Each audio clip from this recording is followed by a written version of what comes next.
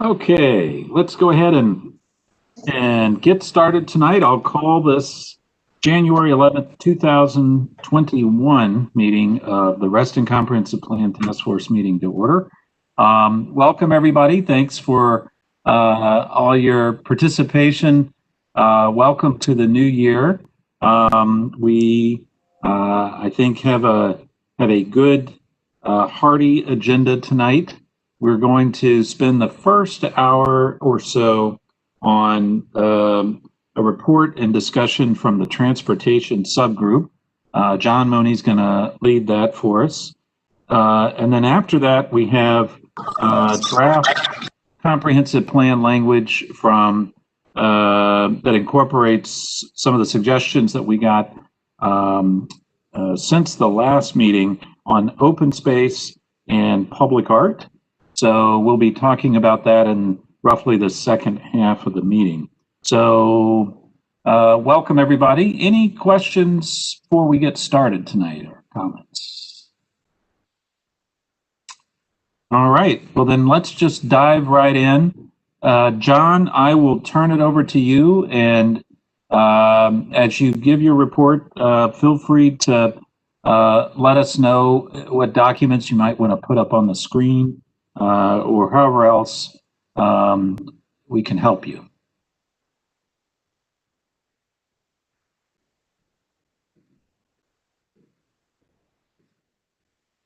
And John, I think if you're you're on mute if you're trying to talk. Thank you, Walter. There we go. The two documents I'll be referring to primarily are documents A and C so I attached all of them to the minutes because the minutes help clarify the attachments. But attachment A are the principles, and attachment C is the list of transportation issues. So those are the two things I would hope that the task force would focus on. And again, just quickly, the origin of this task force was to be a servant of this transportation connectivity working group. It was to be a servant to the full task force. So the documents will be ultimately the documents of the task force, and then they will become the document of the supervisor.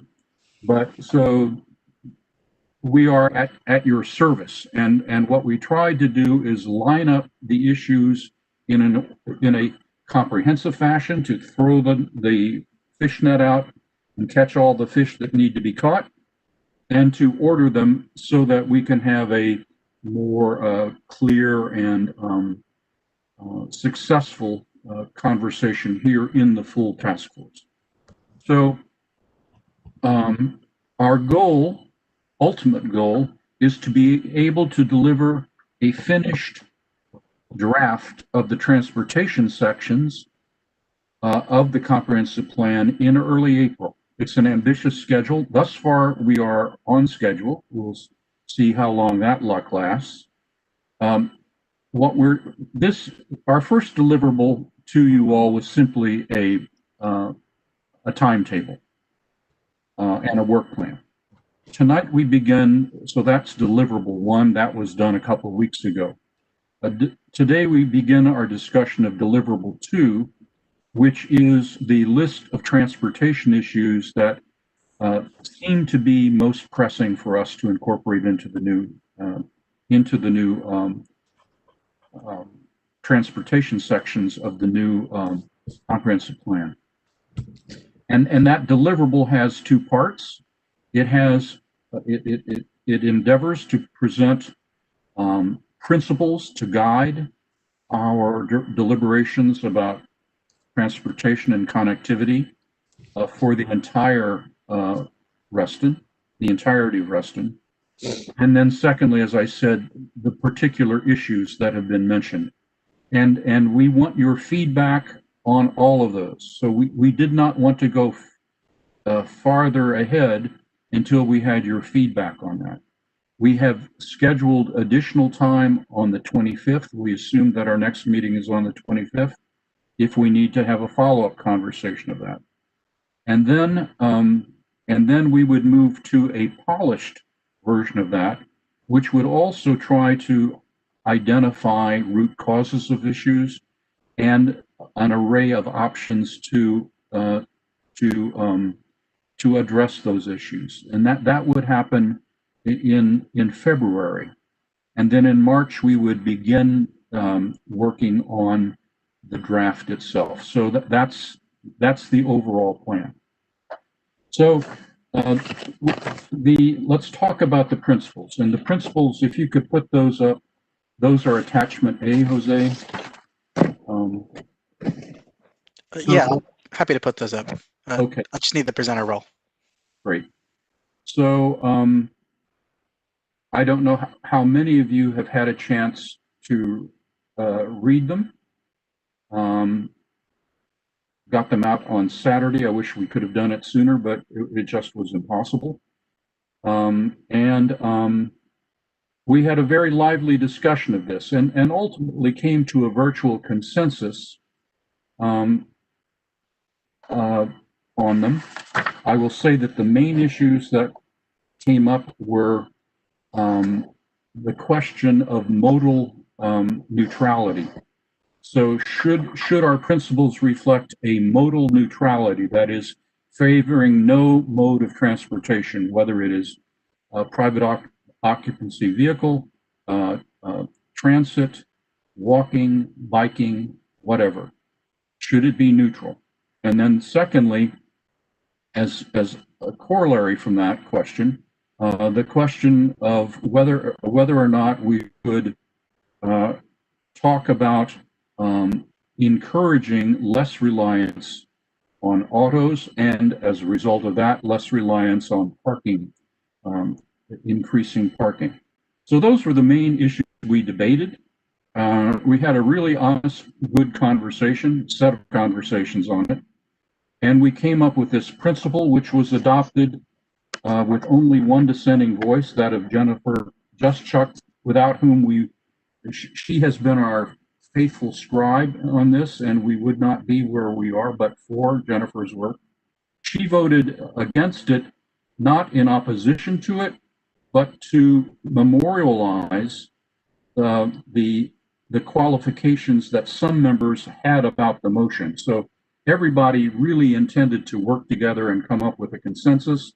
We did, but they still had concerns. And so one of the vote had a double understanding appended to it.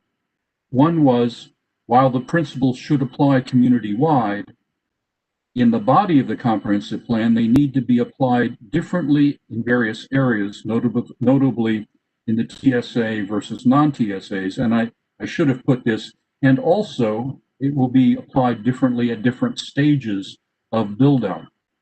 The second understanding was that the concerns expressed by some members about the principles, which you can read about in attachment B, those concerns should be consulted very seriously as we operationalize the principles in the body of the comp plan. Does that make sense? So. Yes, thank you, Doc. Keep going. That's good. Okay.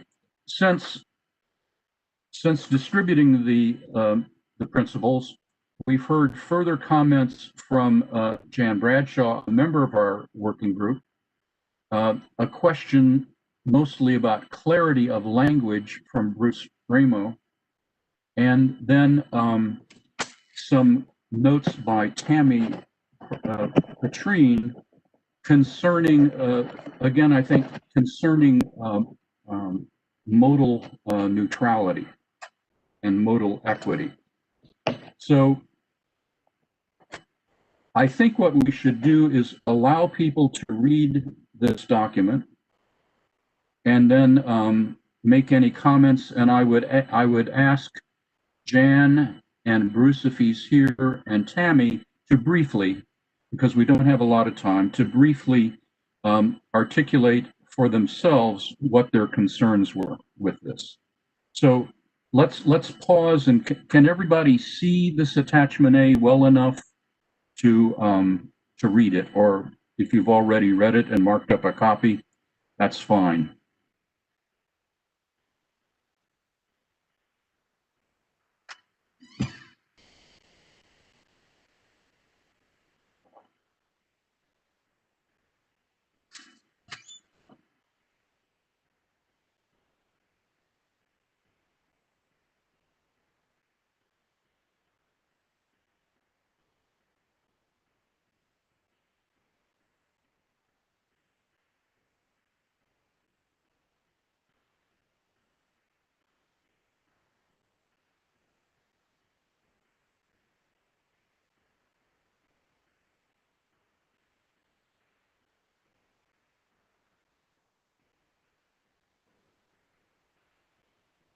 So John, you want to take questions or comments at some point? How do you want to do this? Yes, that's what I would like to do.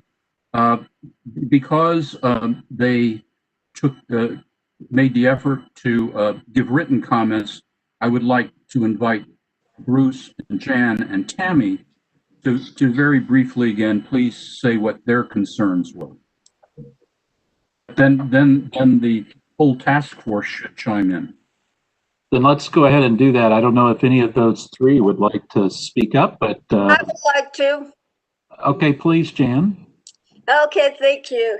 Okay, I made a correction or a revision of the principles pretty late tonight before the meeting and sent it out to everybody. My issue was on number 3 and number 4, where they talk about improvements to identify deficiencies in the pedestrian and bicycle networks to encourage a reduced reliance on private vehicles, and impacts on each transportation mode of proposed development and redevelopment projects are assessed, and acceptable mitigation plans developed without modal bias. So my thing was that under parking, I don't think we need to say it again. I think we should just stick with parking and say parking provisions for development and redevelopment projects are appropriate to the scale and location of the project, and not go back into an account for other transportation, So that was my suggestion. Let's keep it simple. We're talking about parking, and the 2 bullets before we're talking about other transportation and less reliance on vehicles. I think we should keep parking to just parking provisions for development, redevelopment projects are appropriate to scale and location of the project, period. Thank you, Jan. You're welcome. Bruce, are you here? Yes, I am. My recommendation was really less substantive, but for clarity, that 3 of these, I think it's the 3rd, the 4th, and the last, are just fragments of ideas without that aren't sentences that I just think need to be clarified so that they can read independently as a principle. And we can clean that up. I was just pointing that out to you, John, that that it makes a lot more sense when you're there at the meeting than when you read it outside, and that this is for the Republic. And so there's some clarity of the drafting that I think can come, but I was not addressing a substantive change. Thank you, Bruce. Tammy? Yes, thank you. I have attended all of your meetings, and your debate and discussion has been wonderful. I am approaching this from a couple of perspectives. And the first is that we are encountering a sea change in how we will be functioning going forward due to COVID. And we don't really know at this point. So you don't stick your head in the sand and do nothing. but I think you need to be aware of it when you do these comp plans, especially for a PRC. For that reason, I prefer a modal neutral document, and it would start out in the second sentence. These strategies incorporate attractive, instead of alternatives, I would say means to access the goods, without modal bias, and leave use and ownership of a private vehicle away. Following that sentence, it would be improving alternatives over time. That's the only change in that sentence. And in other words, it's leaving these out. And then when you go down to the next sentence that says transportation and connectivity working group recommends these prismatic. Now, I'm not sure that we need or we should be putting a working group's verbiage into this. So I know that this is informative for the task force, so I think that's okay to have it, but I'm not sure. Does this belong in a comp plan? I'm not sure about that. But my real concern was prismatic. There was a lot of conversation about prismatic within the group, but I don't think a random citizen walking by and reading this or a staff member would necessarily understand what that is. So I propose to eliminate that term. And then the last change is the third, the last change is in the third bullet. And that would be improvements to identified deficiencies in the, and I would cross off pedestrian bicycle and just say in the transportation networks, plural, to establish.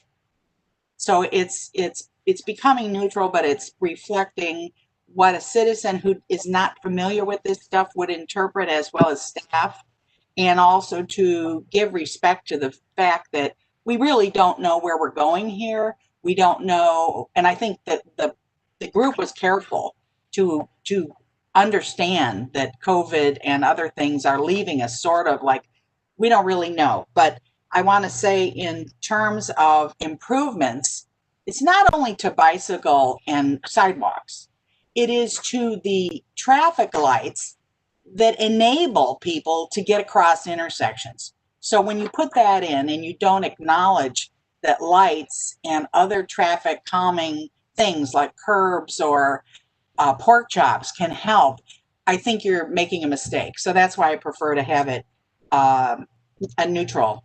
Thank you, a modal neutral. Thank you so much for your time. Thank you, Tammy. Any comments? Or, and I would say perhaps we who are on the working group, can hold back to see if there are other comments from the general task force, and then we can have a more open discussion. Any questions or comments, concerns from the general task force? And go ahead and just unmute yourself if you're a panelist. This is Chris Daniel. Mm-hmm. Tammy took a lot of my thunder there. I think she's got a real good eye for this. But I agree, prismatic, maybe multifaceted or varied, because I got the objective of that. Because I like the principles in scope that you're trying to focus on it from many different directions. I think particularly bullet number 2 with connections between modes of travel are convenient and efficient. I do think we need some kind of driver there as to how we try to facilitate that when it's being asked for, because I see that as being one of the biggest challenges is getting folks from method A to method B sometimes. And so I think if we could suss out some of the language in that one there, I think that's a really good principle, because I think we talk about a lot of great ideas doing all these things, but they don't always sync up. And I think a lot of us know that's half the problem. Is, well, I can take the bus, but then I can't get from my bus to my train. Gotcha. But otherwise, I think the group did a fantastic job. It sounds like a real lively discussion you all have been having, seeing all the minutes and notes. Thank you, Chris. Mark, Malcolm, also to add to this very specifically, I agree very much with Tammy and others with the suggested improvements. There's a lens that we did not discuss in the working group, that most of this is how roads cross other modes of transportation.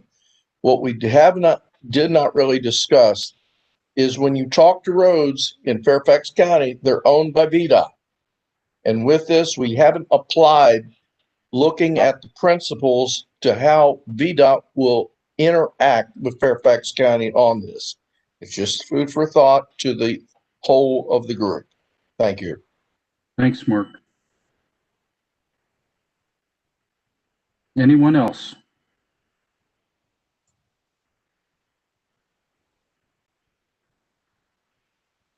Hi, Super. Hello? Hello? Oh, go right ahead, Richard. Hey, John. Hi, Supervisor. Thank you for inviting me again to be part of the panel. This is Richard Cabellos from the Southgate Community Center. I love everything with the transportation principles, and I think this is fantastic. The one piece I think where, and I'm trying to look through the other topic areas, but safety. I know we mentioned prior to the task force comments and suggestions, one piece about lighting on the paths and making sure it's safe for pedestrians at night. But did this group think about more of a technological safety issue? I know in parts of South Reston, there's been a few hit and runs, and I think they're still under investigation. Was there ever an increase in possible, like, being more specific on safety measures with transportation, like lights at cameras at traffic lights, or in those dark areas where Glade Drive are and Pinecrest and that part of South Reston? Was that talked about at all, or am I missing a piece in terms of safety that deals with transportation? We did talk about safety, Richard, and I'll let especially Scott Leary address this. But my understanding of what Scott said, so speaking as a transportation engineer, that the tendency today is to avoid focusing on safety as a specific issue in itself, but rather to try to do design that focus on the designs that create safety. Scott, did I mangle your thought too much?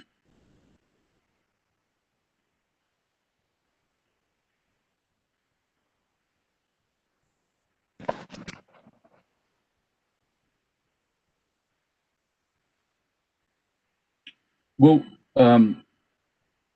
pick that up later, but anyway, we did talk about that concern, Richard, and we decided to handle it in the way I just described, to focus without drawing it. We do talk about safety at the beginning of the principles, but we did not want to focus on it as a principle itself, but rather to focus on the improvements that ensure the safety. But we start out, transportation planning deploys strategies to provide safe and efficient options for travel. So it is a concern. But anyway, if Scott is able to come to the to speak on this, he can do it. Scott, can you do it now? No, he is not on, I don't think. He is not on. Okay. Nigel, are you here? I didn't see him either. Okay. Mike McDermott, are you here? I didn't see him either. Okay.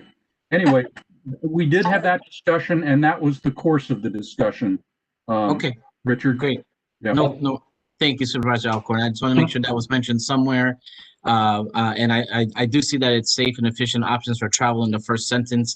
And that's more the mobility, right? The actual modes of transportation, right? But the safety measures in place when these new grids are incorporated, just want to make sure that's kind of clear in other areas. That's all. Thank you, Supervisor.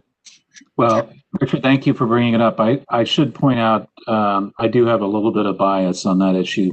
My first board matter on the Board of Supervisors was to get this task force going. My second board matter was about pedestrian safety. So I hear where you're coming from, Richard, and John. you for that. Perhaps this is something that maybe the subgroup could look at again to see if there might be another place to underscore the need for safety.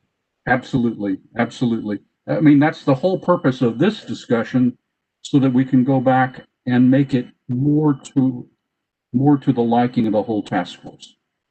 Thank you so much. Thank you so much. Okay. Any others?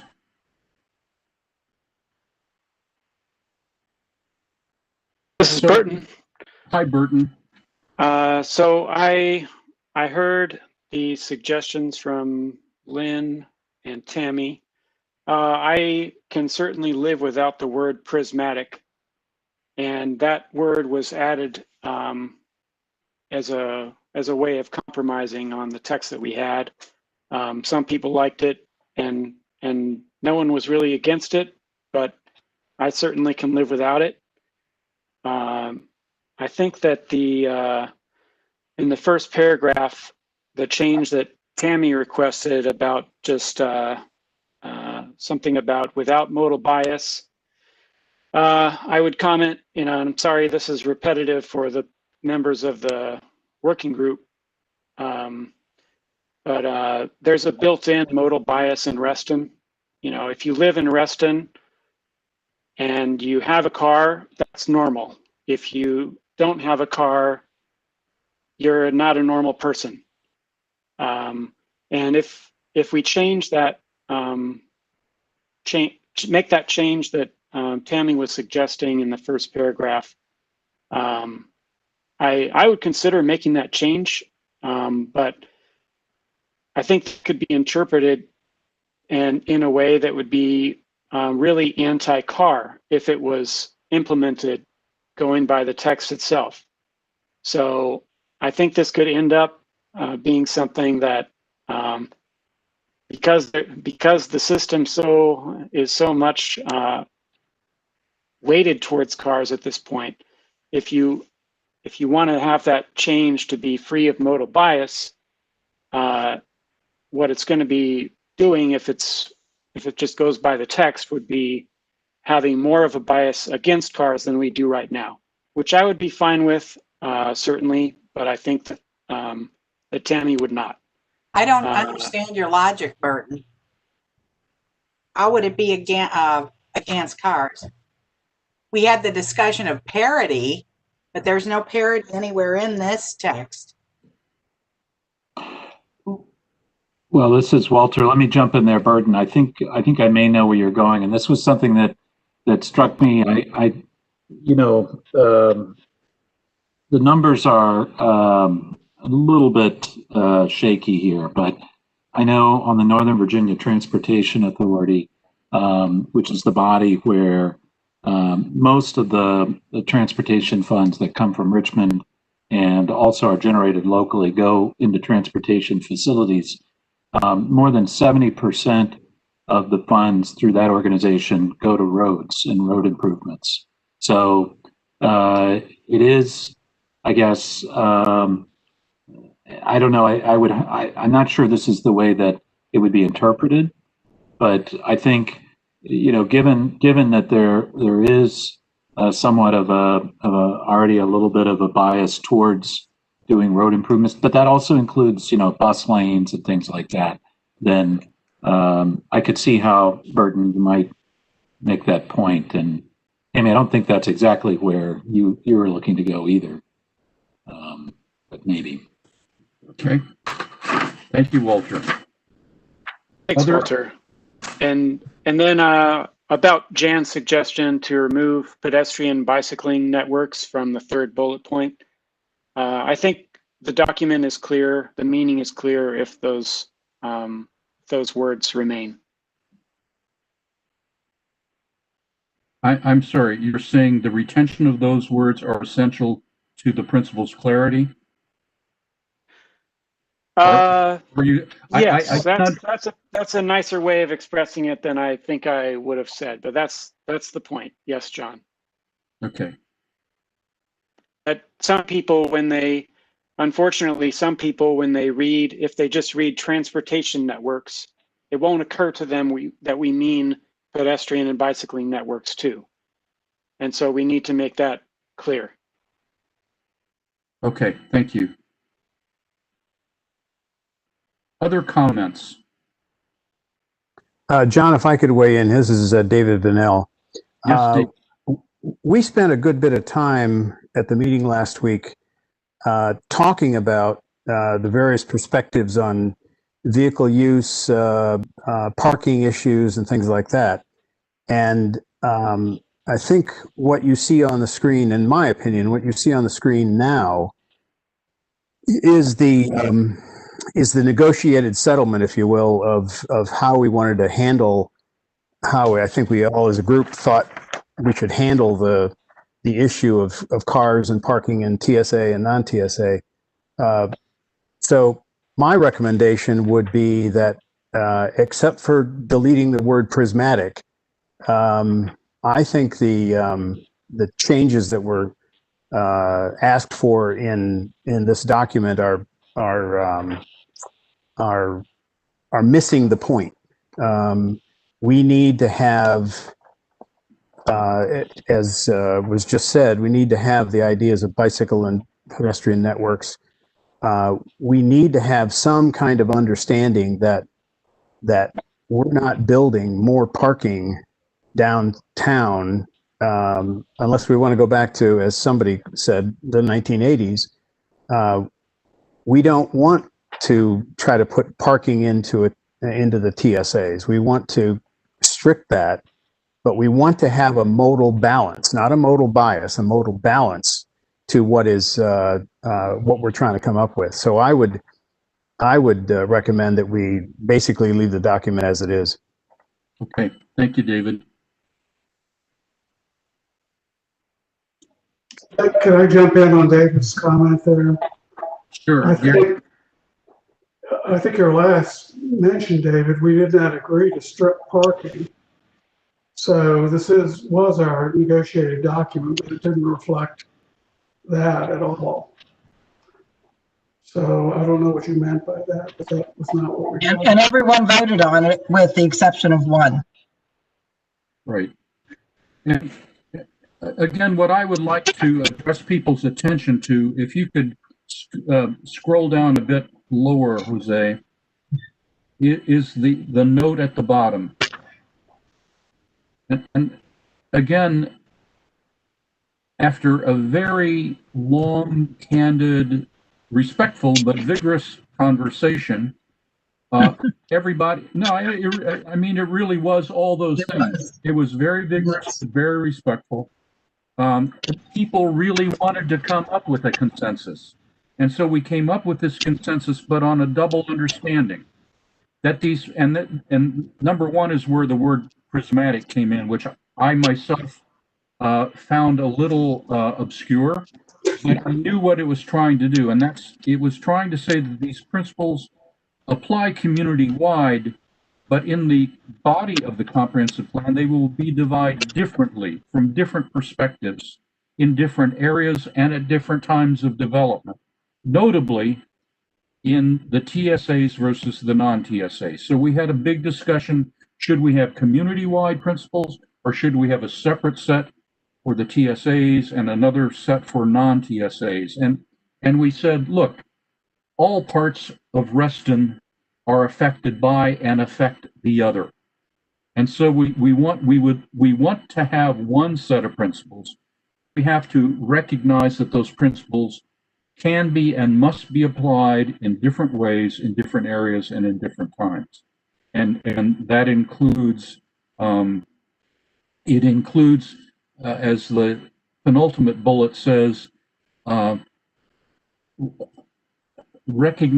accounting for other transportation and accessibility options available or under development at the time. So as the stages of development happen, different resources will become available to achieve this balance. So that is a big one. And the second one is that we promised that we would take into consideration the concerns of the members who wanted to see a bolder statement about transportation or about modal neutrality, that we would consult their specifically identified concerns as we operationalize the principles in the body of the comp plan. So that note is very important, and the principles are to be read in the light of that note. Is that a fair statement from I asked the working group members? Is that a fair statement? Very much so, John. This is Burton. Thanks. Same here. This is David. Okay. I agree. This is Lynn. I agree too. Okay. Good. John, before we move on, I do see a couple of hands that are up. Okay. I see, I believe Bill Penniman has not spoken yet, and Bill has his hand up. And then we have at least one person that's an attendee. But Bill, are you ready to go? Sure. You know, what I don't tinker with the wording issues at the moment, either the proposed changes or it's too hard to do on a screen. And in fact, I see now there was something in the language from the January 6 meeting, which I simply didn't see in the course of trying to read on the screen. The real problem is this idea of modal neutrality, bias, modal bias. The state and county are investing, I don't know how many $1 billion in trying to implement transit. And we've spent a lot of time trying to have transit station, transit-oriented development around in the transit areas. Well, that is inherently designed to try to get people out of cars, onto the street, walking, doing as much of the business as possible. And to say that we're going to have modal neutrality in that context is not well thought through. It's inconsistent with county policy. It's inconsistent with all the work of the last task force. And frankly, it's not in the interest of anybody, including myself, who lives in the traditional PRC areas. If you encourage people to have modal neutrality so everybody who moves in gets to drive just as much, have just as many cars as all the rest of us have, then we're just going to have that much worse congestion. And I think that whole concept needs to be removed, where nobody's talking about taking cars away from people who live in the traditional PRC residential areas. We can stipulate to that. But in terms of planning going forward, we want smarter growth than we've had in the past. And that means trying to have our growth without the traffic that goes with it, without more driving. So that, and I will personally resist any effort to upset that plan for smart growth, which I believe is part of county policy. Thank you. Thank you, Bill. And John, I understand that Jennifer and Michelle have had their physical hands up, not their electronic hands. So, Jennifer or Michelle, do you want to say something? This is Jennifer, and I just wanted to say that I would really welcome the other members of the task force that are not in the transportation subgroup, because we have debated it and we will continue to debate it in the subgroup.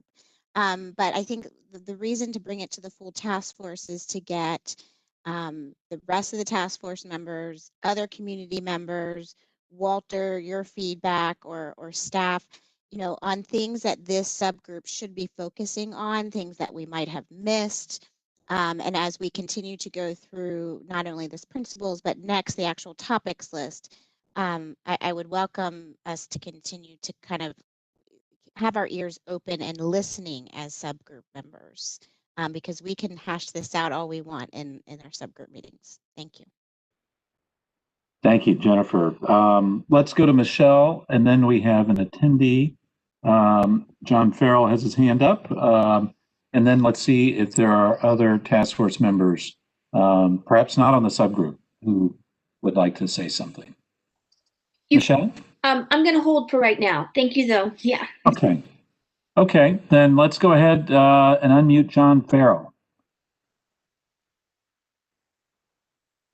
John, whenever you can, go ahead and make your comment or ask your question. I wanted to, in the last bullet, suggest that maybe we might want to change the word grid to network. And the reason for that is that if this document, if these principles are to apply to the entirety of Reston and not just the TSA, anybody can look at a map and know we don't have a grid. But there's also some history here. When Bob Simon was developing Reston, he grew up in Manhattan, and he specifically developed Reston in opposition to the grid that he grew up with on Manhattan.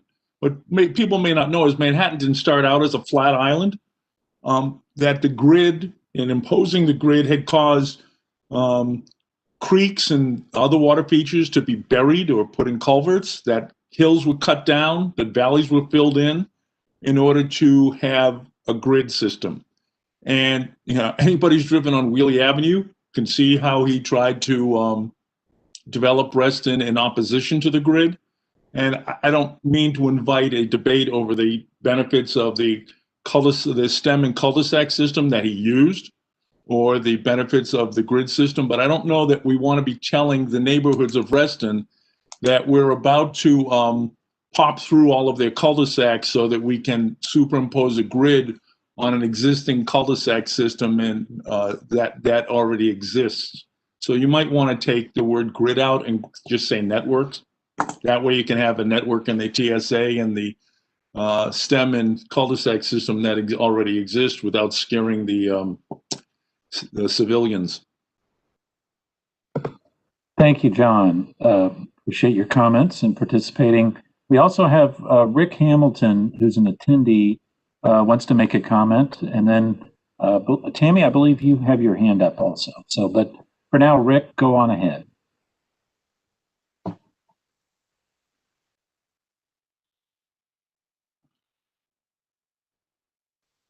Rick, it looks like you're unmuted, but we can't hear you. Uh-oh, did we lose Rick? Rick, you back there? All right, well, let's come back. Tammy, we'll come back to you, Rick, once let's see if we can get that technical issue worked out. But Tammy, why don't you go right ahead? Thank you. Two comments. First of all, I listened to the task force. I did not comment in it. Had I, at the end of the task force, someone suggested, let's not debate this in the task force. I don't even think the person was a member of the task force, but an advisor. And I was like, holy smokes, if I had known that, I would have spoken up the whole time. So I've held my thoughts. But I want to say here that I am a pragmatist, and I know there's no magical buckets of money anywhere to pay for much. And so the county has used paint to give us road diets and lots of bike lanes. I'm not opposed to bicycles. I think this, if Griffin is upset that there's no, or concerned that there's no sidewalk and pedestrian and bike networks, we need to add that somewhere. But I'm not suggesting that in when I'm and to Penniman that I want it to be modal neutral. Reston would not exist without the car, and we are not going to be getting big bucks changes in our infrastructure. And if we put in the pedestrian and bicycle specifically mentioned the deficiencies, what are we going to get? What will the staff use to say, okay, we're following the comp plan? We will get more pedestrian and more bicycle. I'm not opposed to those, but for the reasons of connectivity, crossing, safety, and some amelioration of the traffic, and we may not have any. We don't know. With COVID, we don't know if we're going to have our crippling gridlock. We don't know that.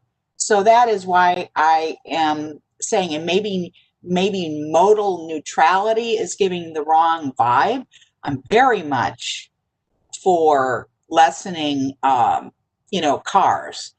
usage. Not everybody get in if you don't have to, but some people do, and we need to get signaling and different turn lanes or whatever we need. We need those things to facilitate better traveling through Reston for everyone, not for one mode over another. It's not a fight, but we want, because our funding is so limited, we want that to be equitable as far as not just those two, but also road network.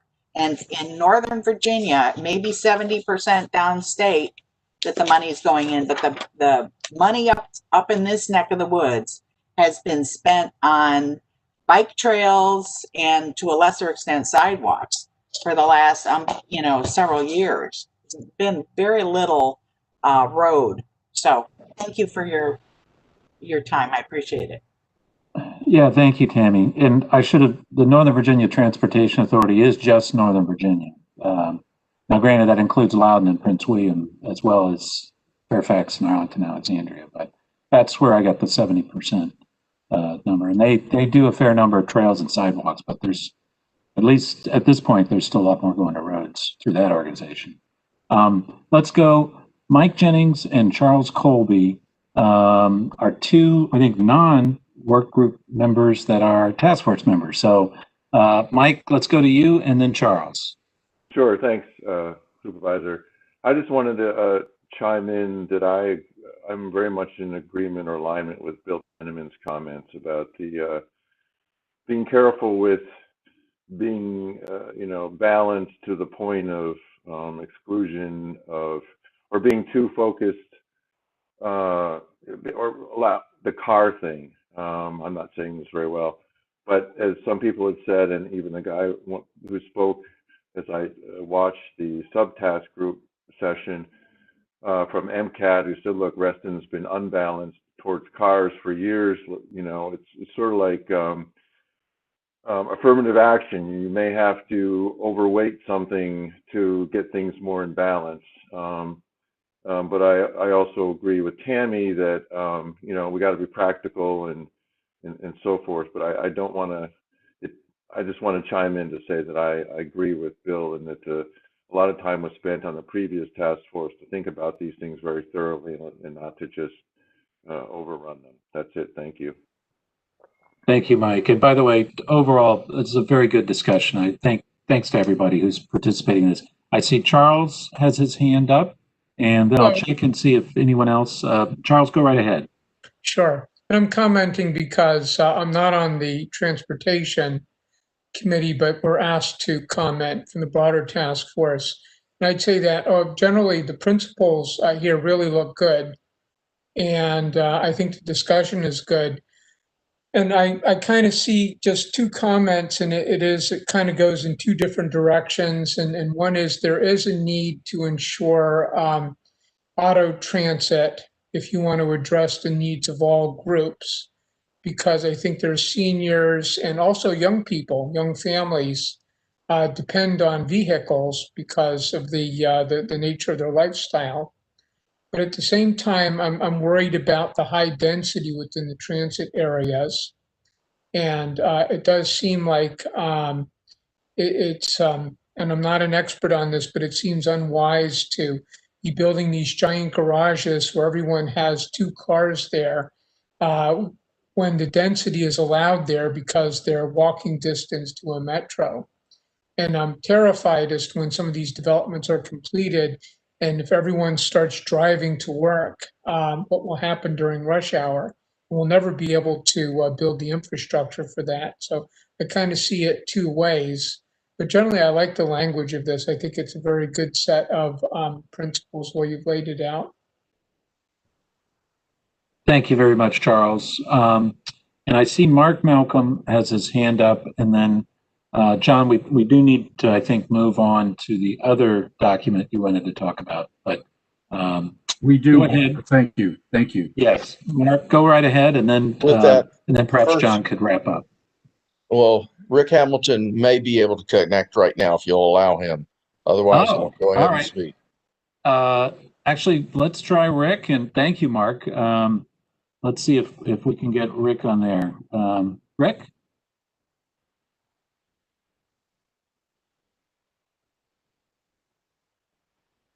We can't hear Rick. So go ahead, Mark. Rick Hamilton's key point, I believe, what was in the notes at the bottom of the principles needs to be really explicit in talking to this. I'm the one who pushed for the prismatic term because of how you look at things in the TSA, and as John Mooney had pointed out, are quite different from how you look at it in the non-TSA areas. But there needs to be some clarity or specificity that these principles apply across Reston in different ways to the different areas. And those are the two primary. I'm re-emphasizing something that John had brought up at the beginning of this discussion. That was the primary point that Rick had to make. Okay, thank you very much, Mark. And just for everybody's purposes, prismatic, relating to or having the form of a prism or prisms. So, in case anybody was wondering, didn't know that. Okay, thank you, Mark. And the point is that there are different facets of how you look at things. Thank you, sir. Okay, good. John, I'll turn it back over to you. Do you want to wrap that up, or or move on to the next item? And John, you are muted. There you go. Let's move to the second point, I think. We will be back with you at the next meeting to try to wrap this up. So we will take into consideration your concerns about the principles. So what we have in attachment C, can you put that up, please, Jose? What we tried to do is,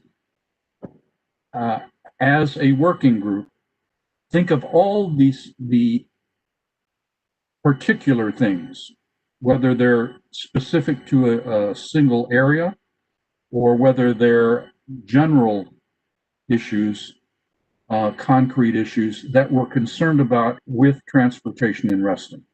And this is the list we've come up with. Now, in order to do this, it had to be telegraphic. And so I don't know whether any of you have had a chance to read through these. Some of them are so telegraphic, they're hard to understand. I referred you all to our minutes and to our, we have some on listserv on which you are copied always. We have strings of emails on some issues. That fills these out. Let me tell you what we would like tonight is to see whether you have any questions about what these things mean. Secondly, to add any specific concerns you have. And then we're going to take this and polish it. And what we're going to do is, at least I'm going to propose to the working group that we do this, is that before we start drafting the actual text of the ordinance, we do an outline that, so for example, let's look at 2.2, balancing modes of transportation, determine future needs. What we would do is put that reference number, that outline reference number 2.2, in the current text of the transportation sections of the 2013-14 comprehensive plan, indicating that At that point, we need to clarify this balancing of modes of transportation. So has everyone had a chance to read this, and do you have questions about what these rather telegraphic topics, admittedly telegraphic, what they mean?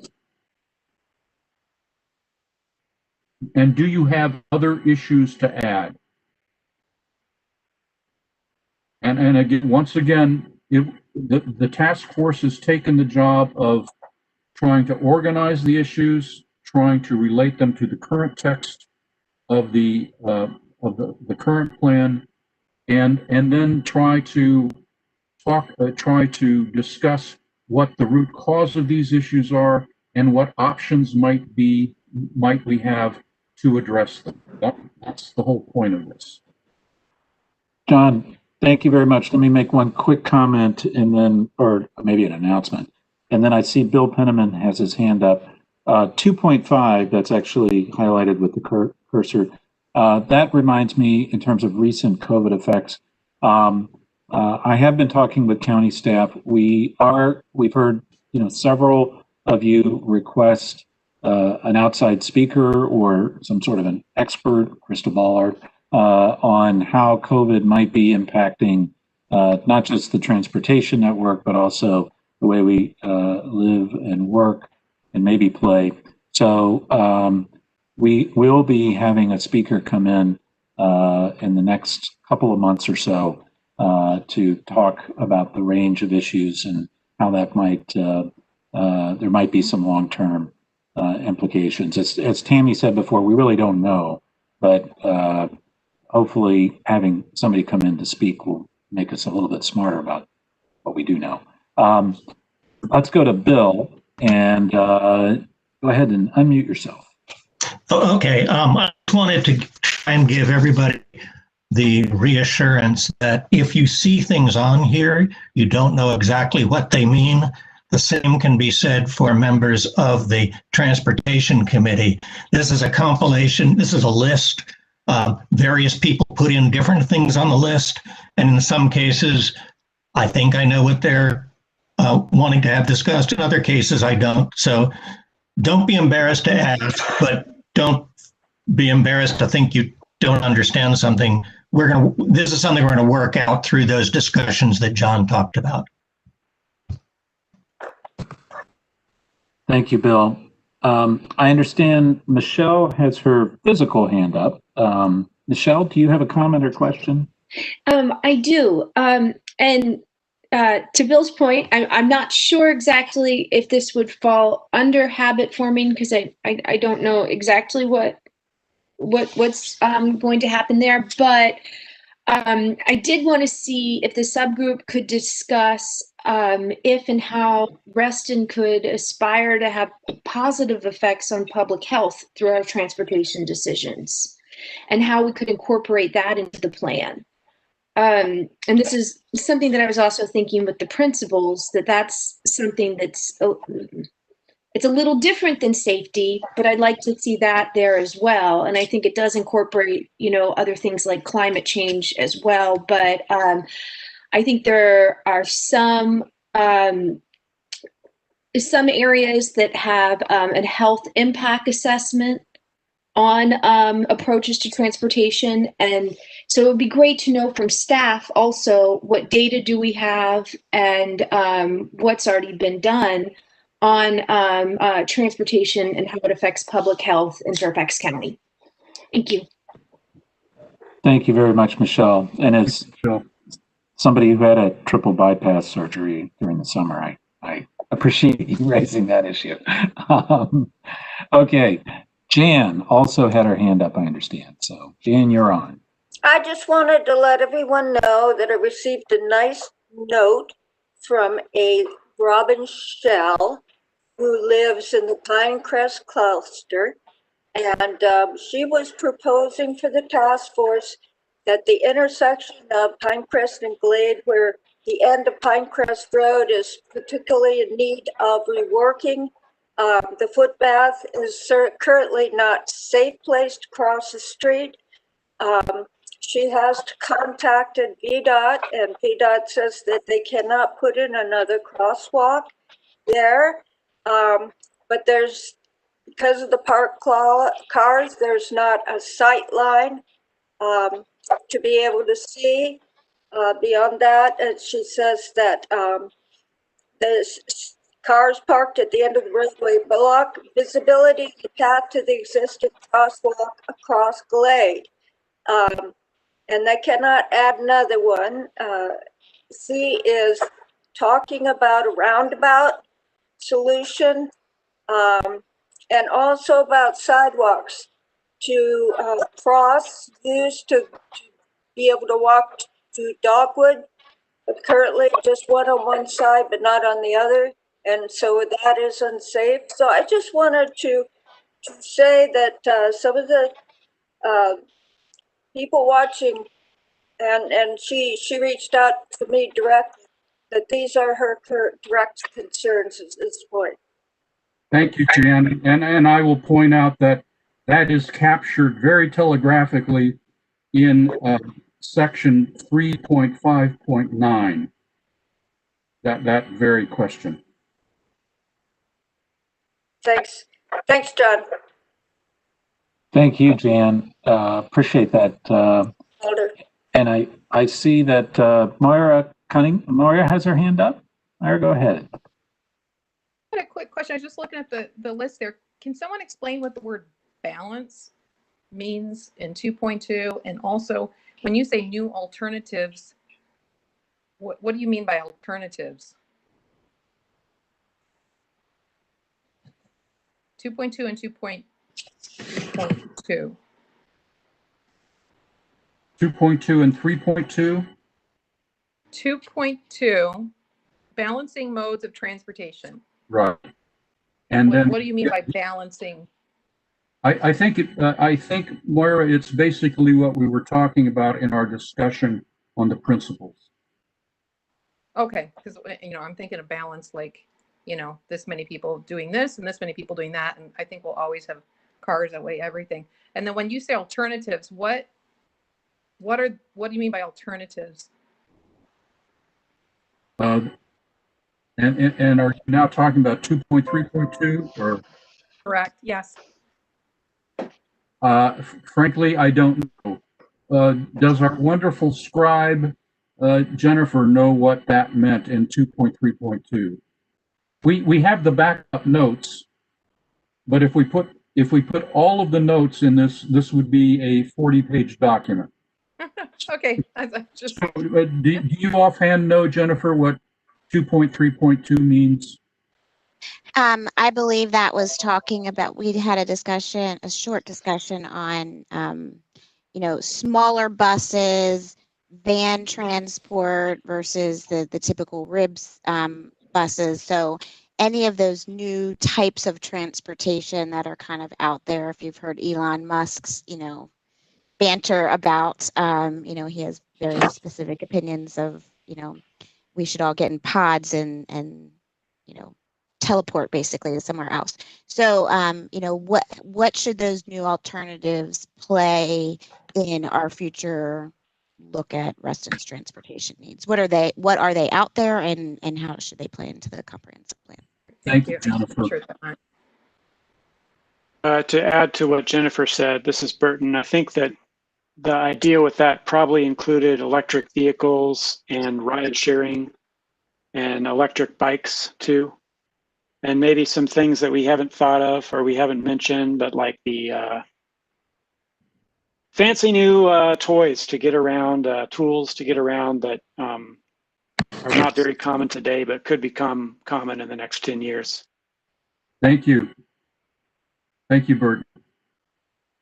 John, this is Mark Looney. I'll also add that if you look at the subheading for 2.3, or I'll call it the heading for 2.3, the conversation, as I recall, was really focused around the fact that part of this overall strategy of how to manage transportation demand going forward was to encourage people to utilize alternative means of transportation that don't rely on the automobile. So in certain respects, it was the habit forming conversation was on getting people to adopt different modes of transportation to the extent that they're available.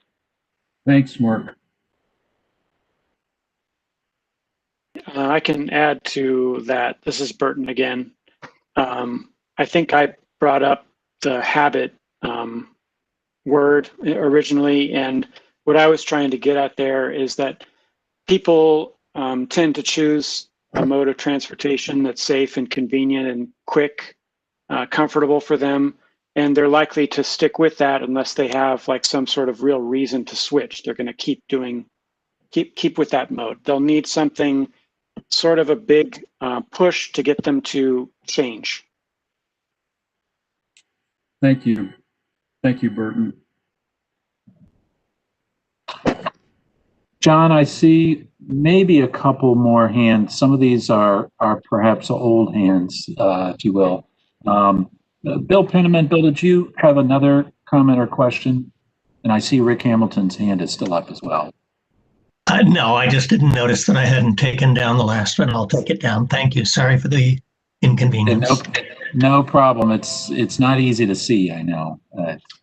Many of us are old hands, Walter. I know. I didn't mean to make that pun, but it just came out. Rick, do you want to try again?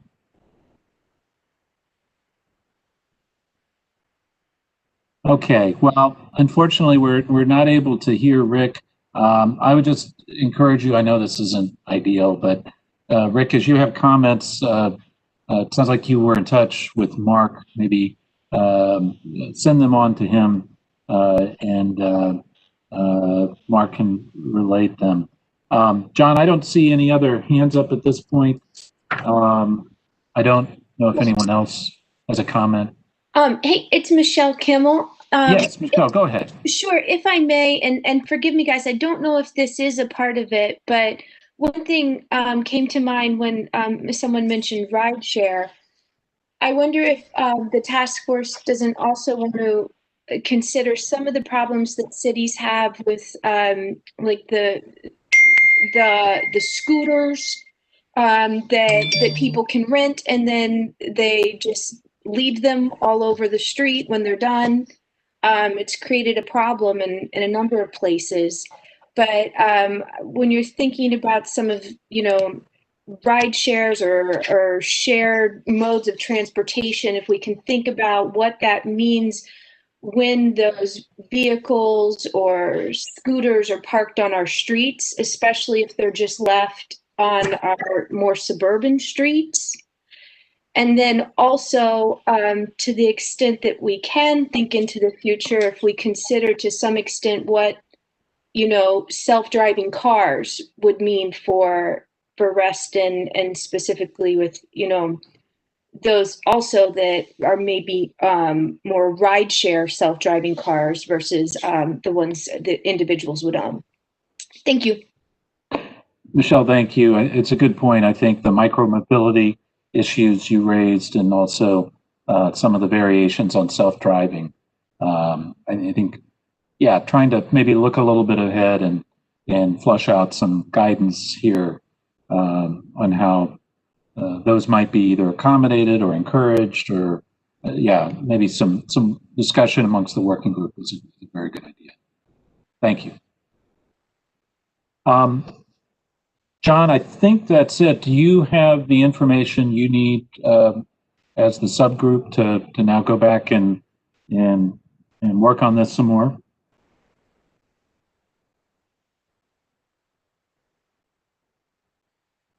John? I was unmuted.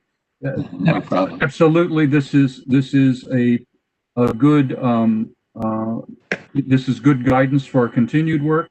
And I would simply urge people to, if things occur to them, send us an email by listserv, or send me or call me on my personal Gmail account or my phone.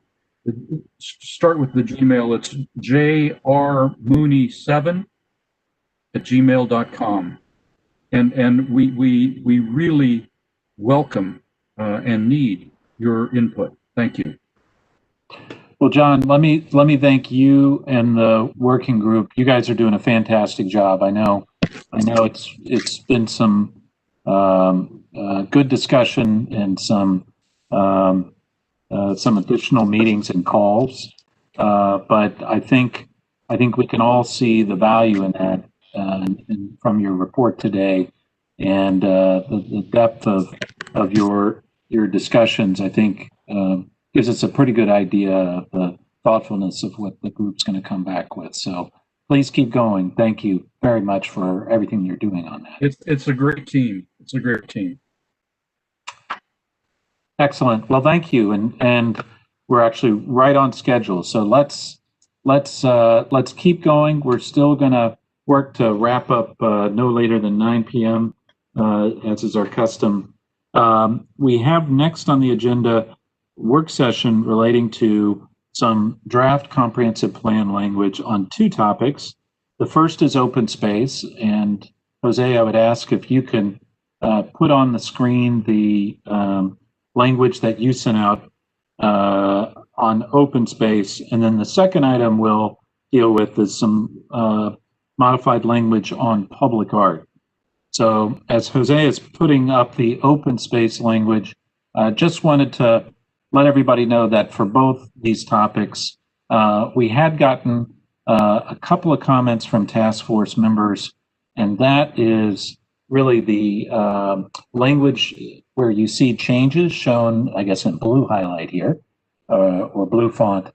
These are ideas that were suggested by task force members, and let's just go over this first on open space. And just to refresh everyone's mind, we had a couple of different conversations and presentations on open space, one from the Fairfax County Park Authority, and then another one with the panel in December that talked about the various uses of, I would say, non-playing field open space and some of the issues associated with them. So, so as you can see in this document, and by the way, after I go through and just summarize this quickly, and hopefully everybody had a chance to read it, we did get a couple of additional comments on open space on this language, and I will ask the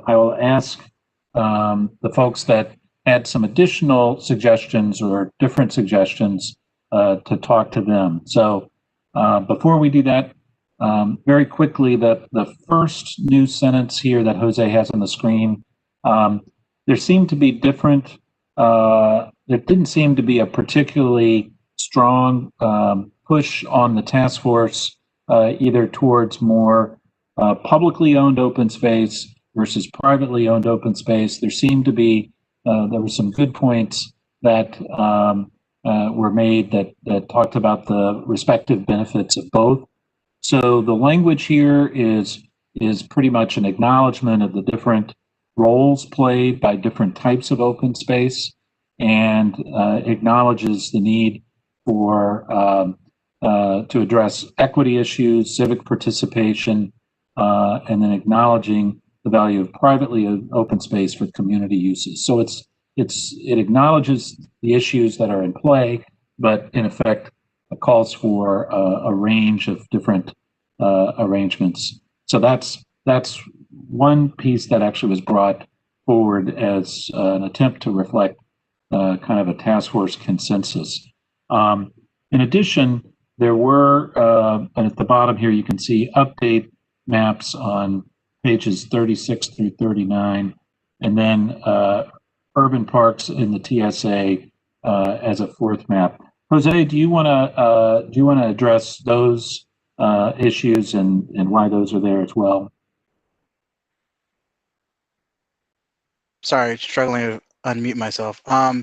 For the maps on pages 36 and 39 of the current plan, we received some comments about how the shading or the depiction of private recreation, public recreation, there was, it's just a different shade of green. So calling it out and and also noting which ones are RA parks versus Park Authority parks. I believe in the current plan, there's not an image of how the urban parks are shown in the TSA. I believe the Park Authority provided a presentation to the task force a couple months ago that showed some of the ones that have been proffered or have been analyzed as open space or parks in the TSA. Yeah, that was just more or less the thought there. All right, thank you, Jose. So, let's hear from a couple of folks who had some other suggestions.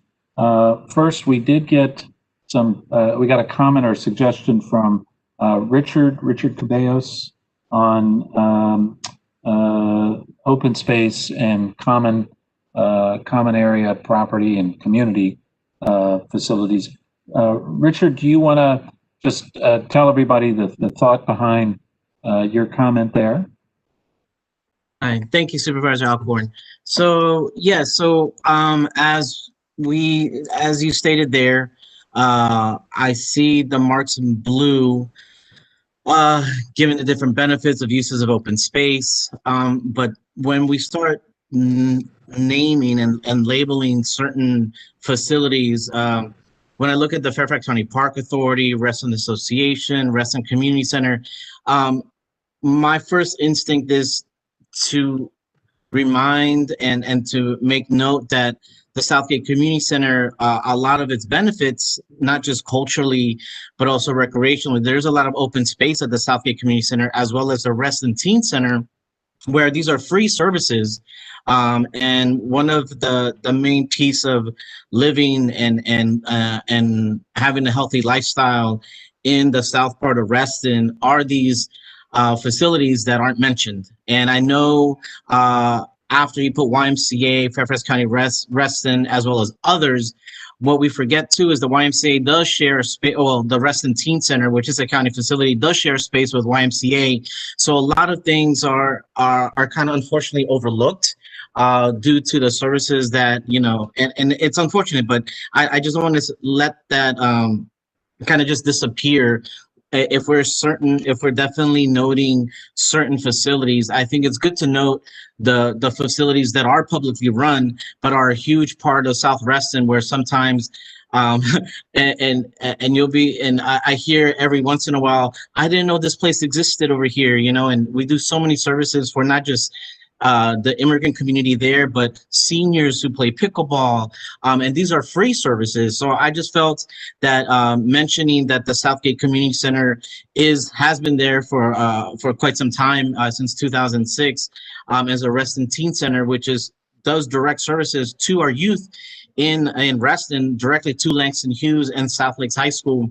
I feel like those two facilities, if anything, not just say others, should probably be mentioned in this paragraph. All right. That's excellent comments, Richard. Thank you. Thank you for pointing that out. And I would just note that the language that's not in blue font here actually is what's currently in the comprehensive plan. And Richard, I think you found a deficiency in the current plan. So okay, cool. Thanks.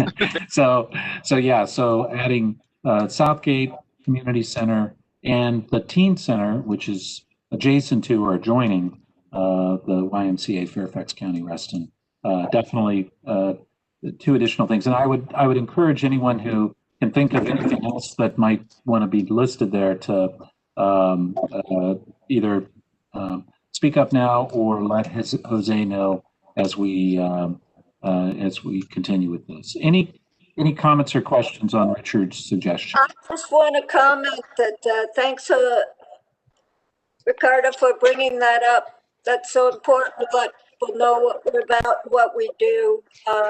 It's been fantastic to see the growth. I've been on the first committee and just watched it take off. And the classes are, as Ricardo said, free and or ability to pay, depending. And there are so many. So just drop by and pick up a list of the classes, go online, Southgate Community Center, We've got a web page, and please stop by. Thank you. Thank you, Jan. Appreciate that. Any other comments on those additions? I've got some comments, Walter. Yeah, Bill, go ahead. John Carter. Oh, John, sorry. I thought you were Bill. You know, this is, the paragraphs are mostly an incomplete list of what's already there. What's missing is what's going to be, what are we going to propose as part of this comp plan? And I don't know that we want to change the words to do that, but I just want to make sure this is, it's targeted towards what we already have. And although some have mentioned that it doesn't even list all the things that we already have, but an emphasis to this should be on what new things are we proposing, like the big civic green at the North Town Center, the linear park, those kinds of facilities should be highlighted. The recreation facilities, the rectangular ball fields that were, so this is the section to put that. I wouldn't change the language yet. I just want to throw that thought out that really the purpose of the plan is to propose things, really, not just list what is there today. Okay. Yeah, John, it's a really good point, and I think we've got that scattered throughout the current Reston plan, and much of it is, and so it's probably not a bad idea to make sure that we do capture exactly what you just said, if not in this paragraph or right next to it, but at some point, right? Yeah, if you look at the last sentence, it says listed amenity types shown on figure 14 are representative and not intended to limit the addition. Well, the purpose is to identify the additional ones. Mm-hmm. Right. Okay, enough. Okay, and that's actually and John, that's a good point. As a next step, it probably makes sense to perhaps if you can help us put together some language along those lines as well. Okay, I'd be glad to. Okay. Walter, this is Mark. This is Mark Mooney. Yes, I see Mark. Go ahead. So I was just going to say that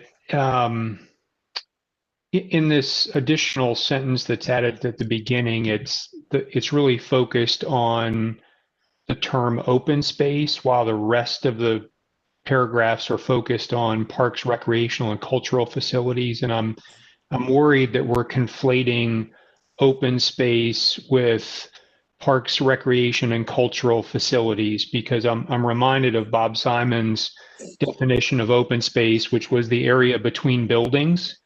And that's different than parks, recreation, and cultural facilities. And if we're making the assumption that open space, i.e. the area between buildings, is all parks, recreation, and cultural facilities that needs to be programmed as such, then I think we're setting expectations we're never going to be able to meet.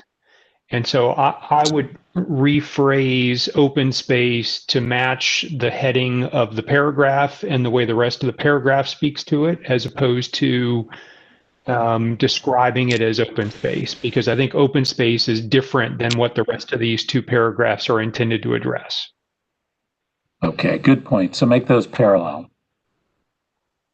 Okay, thank you, Mark. And we have several other hands up. This is Lynn. Yes, Lynn and Tammy, I've not forgot about your suggestions that you sent in, but let's get a couple more comments and then I'll call on the team.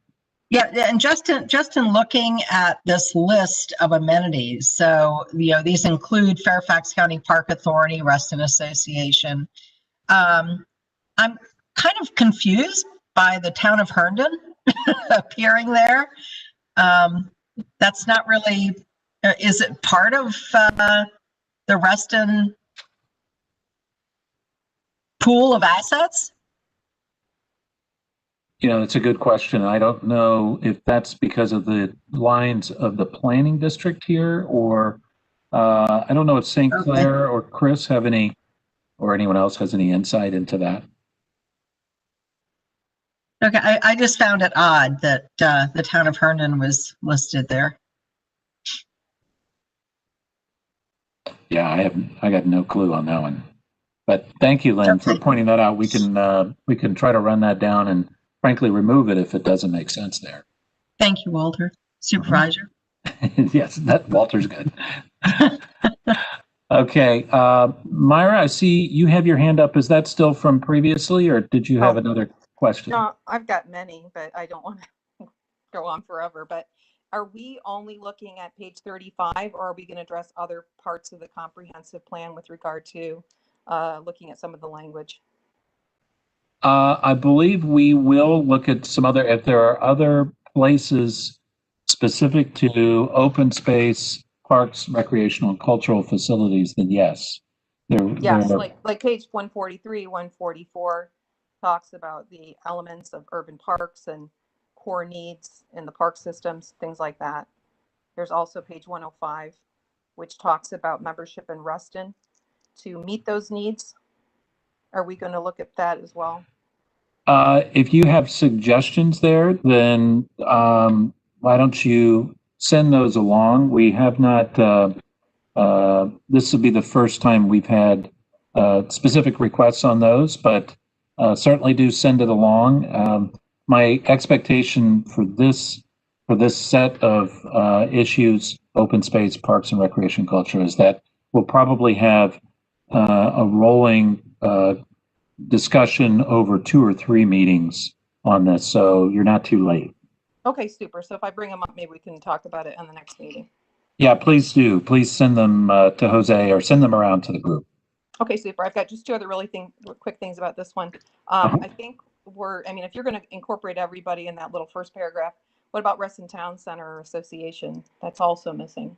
Oh, good point. You're right. That should probably go there. Yes. Maybe instead of the town of Herndon, we could put Reston Town Center Association. Yeah. The other thing I'm maybe nitpicky about words, but I personally don't, I agree with Mark on the whole open space focus on the first, that was put in there, but I have a problem with the word Reston needs. Reston doesn't need anything, but Reston has these things, or we would like to have these things. I don't know. I just have a real problem with the word need in that, the use of the word need. Well, typically the comprehensive plan is used when reviewing changes to the zoning ordinance. And so it's typically looking forward. Now, the rest of the paragraph is actually looking at existing things. So it's not exactly parallel with that as well. But Maya, we can definitely look at that language and make it more consistent. There is a section in maybe it's the second to last. It does say as we grow, we will need these things, and I prefer that language rather than we need public and private open space. I mean, I think that's, I don't know, just there's something about that doesn't rub with me well. But thank you. Okay. All right. Thank you. And Jose, you're getting these in your notes, right? Right. Writing away. Yep. All right, good. All right, I see Larry Butler has his hand up. Larry, go right ahead. All right, thank you, Walter. A couple comments. I agree with Mark about the first sentence there, and I know Tammy's got some good edits, and she did include Reston Town Center Association in hers. The town of Herndon, I think, was initially put in there because of the proximity of the Herndon Monroe TSA, even though we don't have jurisdiction over it. I think what we ought to do or consider, and I haven't had time to really dig into this yet, but obviously I will, in all the other pages where Parks and Rec.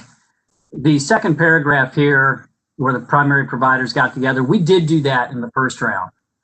We have not done that for this round. So we'll just put a little question mark there as whether or not that's going to happen. Anna Bentley and Lila and others, we spent a ton of time on this in the original go-round, identifying those core needs and things like that. I think we ought to have separate definitions in here for open space and the parks, recreation, and cultural piece of that. I mean, I agree with Mark that we need to make a distinction because everybody thinks about those things differently. A lot of people in Reston think about open space. It's trees, natural areas, maybe has a pathway through it. It's different in the urban context. So I think we need to be very specific as we go through this and where we're applying the various standards to open space and parks and rec facilities. Another notion I want to toss out there, and I just some little chicken scratch down, is that on the bottom last sentence of the first paragraph here, where collaborating through contributions towards and/or provision of public accessible parklands and facilities, going back to something that John Farrell said at a prior meeting, there's not really much acknowledgement in here of the plethora of facilities that already exist in Reston that, you know, a lot of the people on this phone call use. Pools, tennis courts, you know, the existing tot lots, obviously the pathway network and so forth. So one thing that is missing in this, and I will say that our former supervisor was not a strong advocate for this, is having new developments contribute to those common elements that everybody shares. So right now, the 55-mile pathway system and the 1.5 miles that we have a maintenance agreement with the county for is supported only by RA members, and yet everybody in the community uses them. And I think somewhere in this comp plan, we need to acknowledge that. We need to put more pressure on new developments who are going to be using those facilities, whether they pay a non-resident pass fee or not. But the open facilities that we have, that we manage on behalf of the entire community, but are only paid for by RA members, you know, I think we need to acknowledge that, and we need to work some language into the comp plan to address that. All right, thank you very much, Larry. And Jose, can you go to that map that shows the various, I don't know if it's easily, you can get to it quickly or not, but, and Larry, if you can hold on just a second, I want to make sure, see what else we might want to do to underscore, to improve what's in the plan as it relates to acknowledging and incorporating the range of open space providers, I would say, in Reston. Right, and it's not just the open space providers, but it's also the facility providers. Yes. I mean, RA provides, for the most part, those locally serving facilities. You know, the Park Authority, you got, you know, Barron Cameron Park and Reston North Park. But you know, when you think about, you know, what draws people initially to a community, what are those public amenities that, you know, I'm gonna go swim, I'm gonna go play tennis, or I'm gonna go to the tot lot. The vast majority of those are provided by RA, and with the exception of pools and to some degree tennis courts, almost all those things are widely accessible to everybody in the community. Yeah, and let's go ahead and scoot down a little bit, Jose. Move that down. This is really just the northern part of, there we go. So it's divided currently in two different maps, I guess. But right. So, and I'm noticing there's really not much shown in this map right here in the TSAs. And is that, Larry, is that mainly because it wasn't there or hasn't been there up to this point? Right. Yeah, it was the old RCIG, so we had no property. We do have a facility in the TSA now, but we have a tot lot and a little open space over by the Seekers townhomes. Got it. Okay. All right. That's good. Thank you, Larry. Anything else? No, that's it for now. Thank you. Okay. Thank you. And yeah, I think we do that sentence that going back, Jose, I know I'm moving you around to the language. Yeah, certainly that sentence might even need to go in a different section, because I think it is addressing maybe a different thought than what's in the rest of the two paragraphs. But that's definitely something we can look at. I do see John Mooney has his hand up, and then Jennifer. John, do you want to go next? Thank you, Walter. I was going to say what Larry said more eloquently than I could have, and I support that about what RA provides to the whole community, even to non-members. The main point I want to make is the second one, and that is that in the first paragraph, just beyond the midpoint, it talks about the requirement for continued commitment to collaborative planning and implementation. And And one of the things that I've had a chance to talk with you about several times is that I'm concerned that in the TSAs, when we talked about development of open space, most of that happened on a parcel by parcel basis.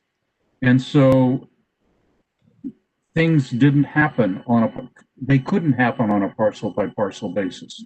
That we need the collaboration of all the developers. Now, much of this is already written in the book. You know, there's a lot that we cannot retrieve, but whatever opportunity allows is available for collaborative planning on more than a parcel by parcel basis for recreational facilities, I think would be very important, especially in the TSAs.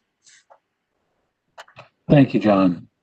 I see Jennifer has her hand up. Go right ahead, Jennifer.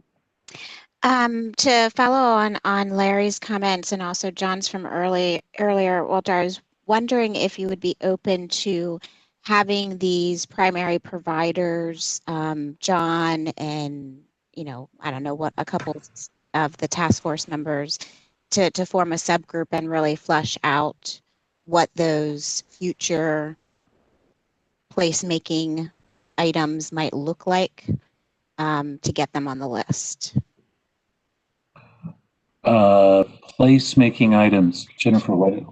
So where those future parks, rec needs, cultural amenities, where are they going to be located? What are they?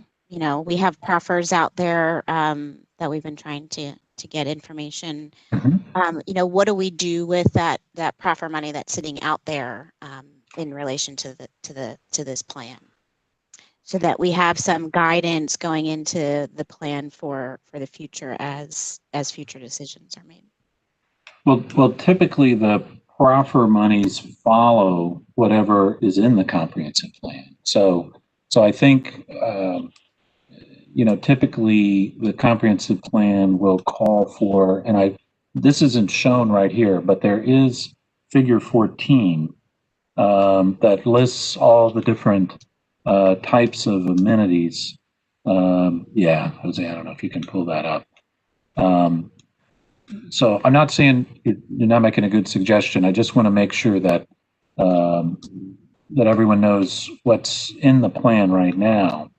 So here you can see the core needs for the Reston Park system, and it does go through each one of these. And then there's also specific language in the different TSA descriptions that that does need to be reviewed in terms of whether or not we've captured it.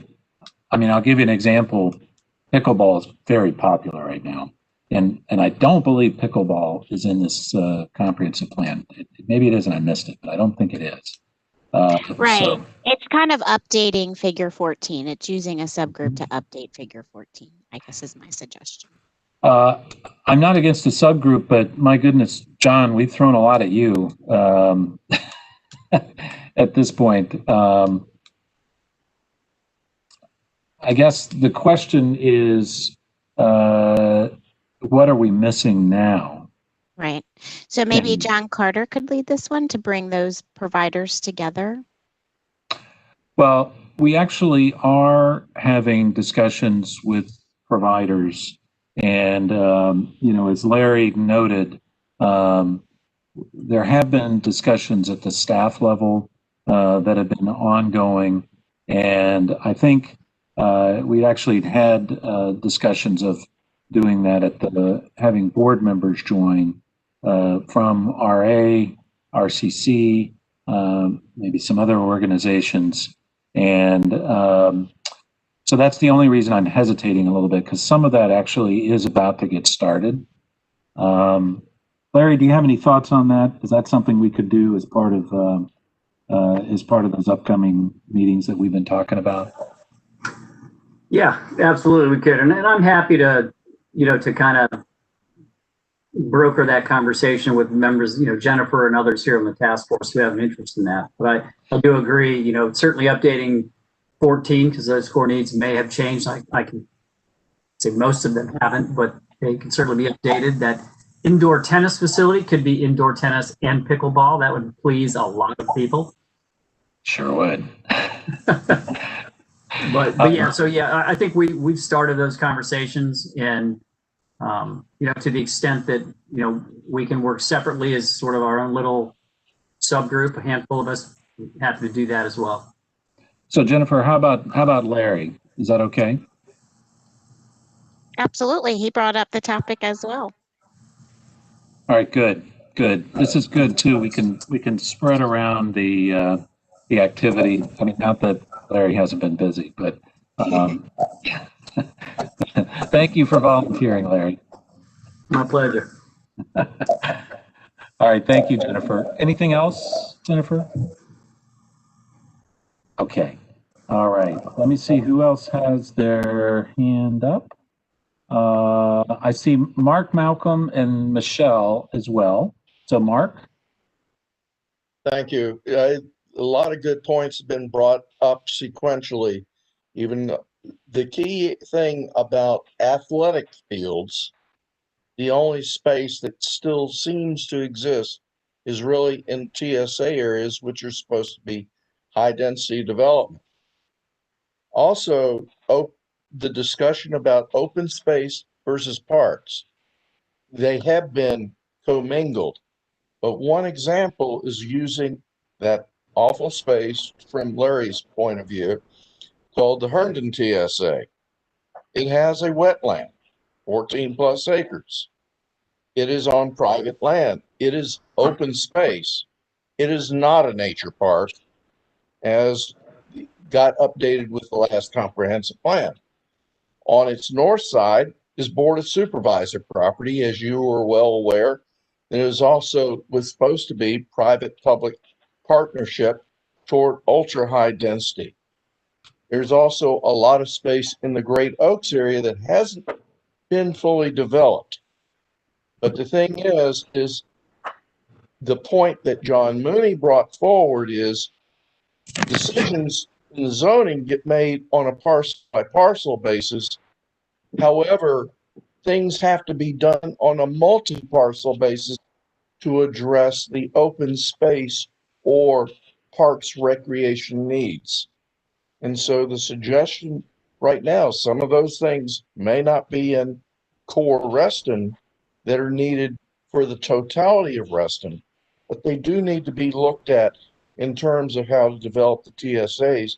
And the Herndon TSA has a capacity that should be considered differently toward this need. Those are just suggestions for however this group works. Mark, thank you.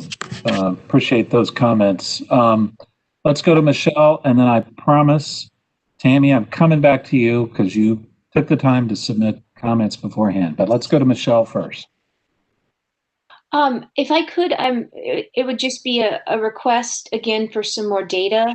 Previously, I had asked for data on how the proffer money is being used so that we can have a better accounting, because sometimes, we have an idea when it's in the planning stages, but where has the money gone? Where are the new facilities coming in? What's on the pipeline? And so we had asked for staff to provide that data. So if we could get that from staff, I think that would help us greatly in determining what's still needed, and possibly also how the proffer language should be strengthened to ensure that the money stays in Reston and benefits Reston. All right, thank you, Michelle. And I can, the short answer on that is generally the proffer money goes depending upon how the proffer is written. So that's one of the reasons it's so important to pay attention to that at the zoning stage. But really, proffers are written to conform with the guidance in this comprehensive plan. So I will go back to staff and make sure that we get a report on the proffer process and the proffer tracking system, and with some examples. And between DPD staff and Mark Looney, who's a member of this task force, I think we'll be able to have a very healthy, elucidating discussion. So thank you, Michelle. Tammy, I haven't forgotten about you.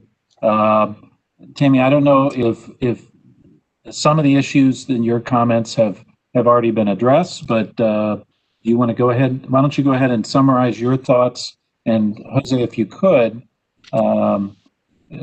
could bring up either Tammy's markup or the original language, either way. My markup would be best if he has it, because okay. It'll be fast.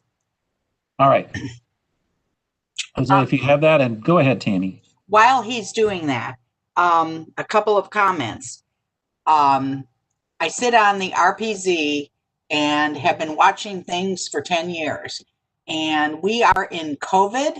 We have no effective, even though we technically have public hearings, they're so compromised with Planning Commission and Board of Supervisors that citizens really don't have a voice anymore.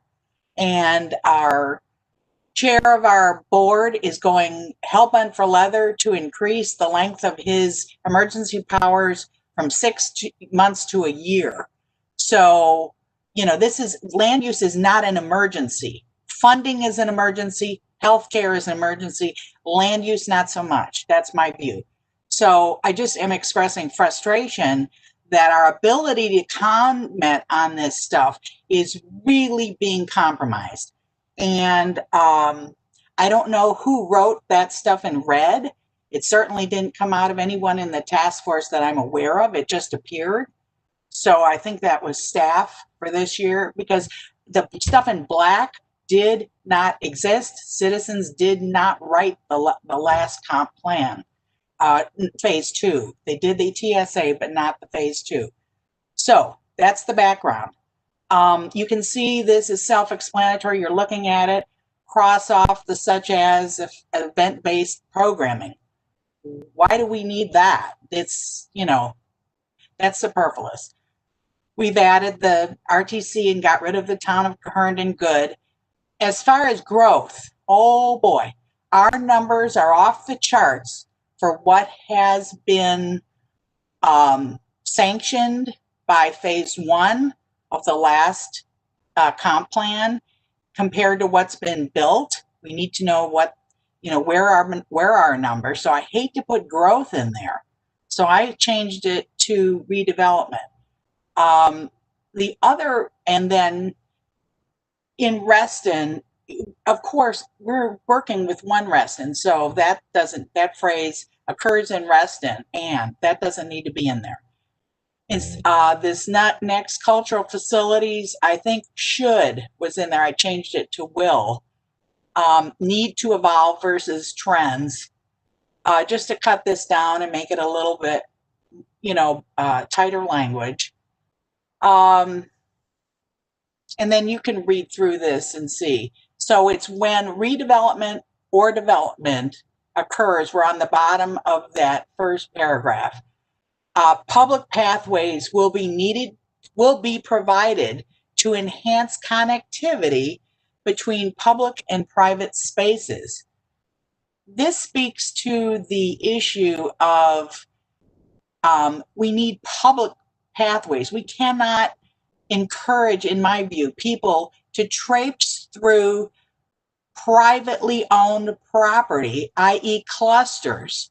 If they're on a Reston pathway or a public sidewalk, ducky. Those two entities are expecting public to come into their property. Clusters are not.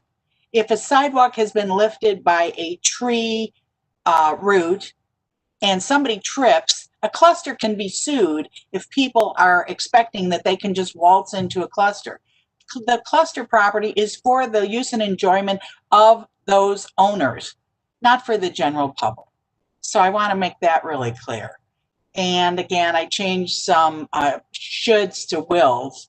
And then in the last sentence in black, will be addressed collaboratively through adequate proffer contributions. We are getting proffers from developers for huge projects that don't pay for diddly squat. And the other thing, and then I've just X'd out that last paragraph, and you can see that. But the more important points, I think, are that we have to have, this is nonsense to say that stakeholders or owners in the TSA are exempt from providing any sort of amenities for the thousands of residents they're bringing in, and they're going to throw some proffer money on it and be done. No, they have to actually give me something besides a closet-sized pocket park.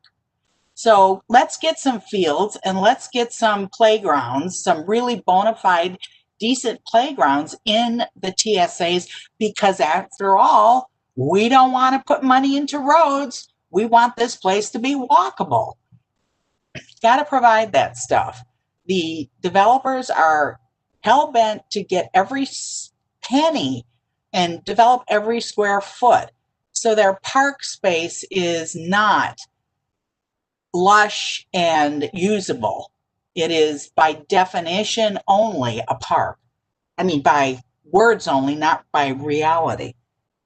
And I also had a question about the proffer money, and you say it's staying in Reston, and that was my understanding as well. But we would like to know, how much do we have? And the last point I'll make, and I think it's been, tangentially been made before, is the Reston land is private land, and the Park Authority has depended on that for when they spoke about the first, testified on the passing of the first transit station area phase one of the last comp plan, that we have a rich tapestry, so the Park Authority doesn't need to provide so much. Yeah, actually you do. And what Reston has is not following the amount of people. And the pistol of this is, and we had this earlier in the spring when the Park Authority came before us, they were saying that Baron Cameron Park, they were going to double up the fields there. And with the 2 fields or the 1 field in the outside of Reston on Hunter Mill that the Wegmans property is providing, that would count for the 12 required fields for the TSA. No, Baron Cameron Park is already undersized for the existing population of Reston for getting the TSAs. So you can't double count Baron Cameron Park and say that those fields can satisfy the 12 required for the TSA, and then say, well, sorry, the rest of PRC Reston and surrounding areas, you don't have those fields anymore. Those are TSA fields. So, we have to have some clarity and some honesty and some tough talk about the fact that you can't invent property to put recreational space on it, and it has to come from the stakeholders who are making the income. They want the development, they provide the income. So I'm on a rant, and I'm sorry, but I'm really sort of tired of being kicked down the road on this open space where RA provides it, but the public doesn't pay for it. Thank you. All right, thank you, Tammy. So, Tammy, you've mostly marked up the existing comp plan that was on this page. Correct. And then there's several additional bullets that you've added down here in terms of other changes on other pages, right? Yeah, these could be, these are suggestions, obviously. Mm-hmm. And I think John Carter made a very good point and I think Jennifer Juszczyk said the same. This is not a done deal. There needs to be a group, and it doesn't have to be super laborious, but to rephrase these and flesh them out a little bit more. Mm-hmm. Okay. All right, sounds good. We have about 5 more minutes to go. Thank you, Tammy.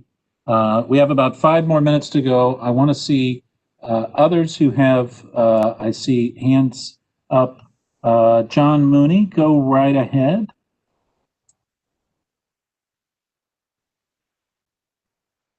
I'm sorry, I failed to lower my hand. You're an old hand, John. Not a problem. I see, I think Chris Daniel has got his hand up, and I don't think he's an old hand. Oh, no, I'm not. Okay. I was this was something I talked to Jose about briefly about the public art too, was trying to strengthen some of the language we're having in these proffers and things that what we're directing these things to go to. Because I don't think Tammy was ranting too much, and I thought the same thing at public art. I think we're having too much flexibility in some of these places that, we get a little bit of money thrown here or there, but it's not resulting collectively in a greater good for the community. We've got piecemeal things we can point to, and I'd rather those efforts be more concentrated. And that might just be some tightening up of the language, what I was talking to Jose about the other day. So I think that's where it needs to be. And this is definitely a section of the plan that I think needs it because it shows the most boots on the ground changes in the future. This book is going to go ask, well, why did they make that decision? And so that's my 10 cents on it since we've got so little time. But I agree wholeheartedly there. This is an area where we could definitely enhance. And thank you, Chris. And thanks for pointing out the public art. We're not going to have time to get to the public art tonight. We'll move that to the next meeting. But let me just capture another couple people with their hands up here. Lynn, looks like your hand is up. Yes, thank you, Walter. I had 3 items on this chart that's up on the screen. And Jose, if you could scroll up a little bit, I just wanted to draw the group's attention to something in this first paragraph. As redevelopment occurs and the population increases, this is kind of about 2/3 of the way down. Parks, recreation, and cultural facilities will need to evolve. I think there should just be a period after that, and the rest of that sentence can go away. And I wanted to add to something that Tammy was talking about with people traipsing through clusters. I do have to say that living in Golf Course Island cluster, that the Reston Association Blue Trail actually goes through our cluster. So, I do welcome the public coming through my neighborhood.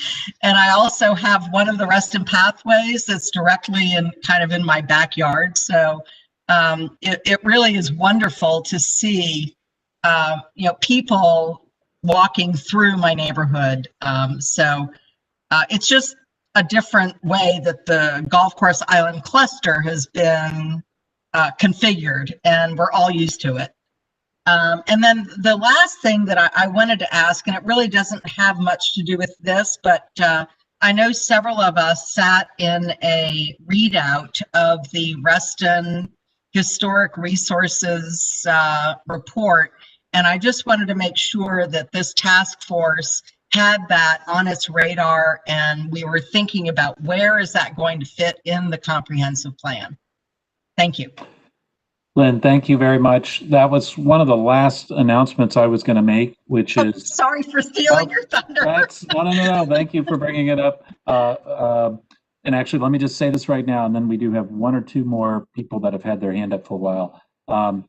So we are going to, it looks like the timing is going to line up between this task force and that historic survey. So we will probably towards the end of the discussion topics in this task force have that presentation come to the task force. And I know several of you, Chris, I know you were there, and some others participated in that process. So stay tuned for that. It's definitely coming back. And by the way, I have an RA trail right there too, like literally like 30 feet away from where I'm sitting right now. And it's great. It's awesome. So Okay, Gary Maupin, I see, has his hand up.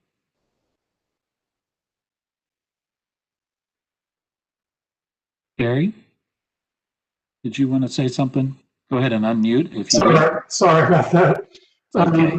I just want to say I agree with Tammy's comments and changes for the reason she mentioned, but also if you've read both of the documents, I think this actually reads better as well. I had some trouble with the way that things were phrased in the other, the original version of this. So I think it helps that as well. Okay, thank you, Gary. And we're running a little bit over, but I'm going to call on one more person. Bill Penniman, I believe, has his hand up as well. Sure, just a couple of comments. One, I will send to you and Jose some wording suggestions and won't go through them here. But let me just say on the issue of proffers and the specificity of language in the comprehensive plan, that's not where the action is. It's what the staff does in negotiating with the developers. And if the staff can push hard or hard enough, then nothing's going to happen no matter what the words are. So it's a staff function that we need to be focused on. And that probably comes back to you, Walter. But at least let's understand where it is, and we can write it as nicely as we want. The other thing on the 12 soccer fields in the TSA, I mean, that was never going to happen. We have to be realistic.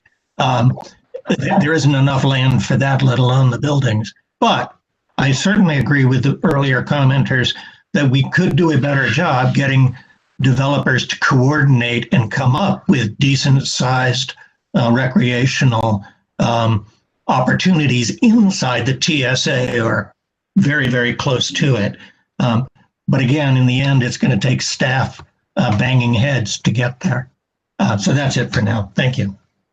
All right, Bill, thank you very much.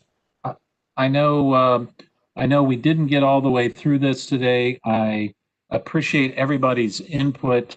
I do want to wrap up right now. We will try to capture, I'll talk with Jose and DPD staff and try to capture the thoughts from tonight. We have Tammy's suggestions.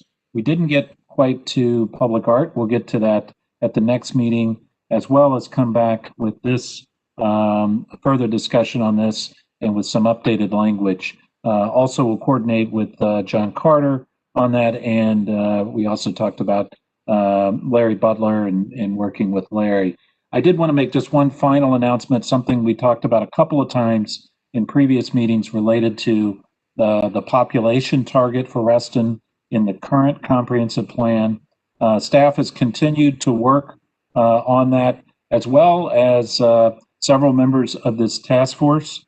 I want to thank John Carter, John Mooney, and Larry Butler for providing some technical input on that effort.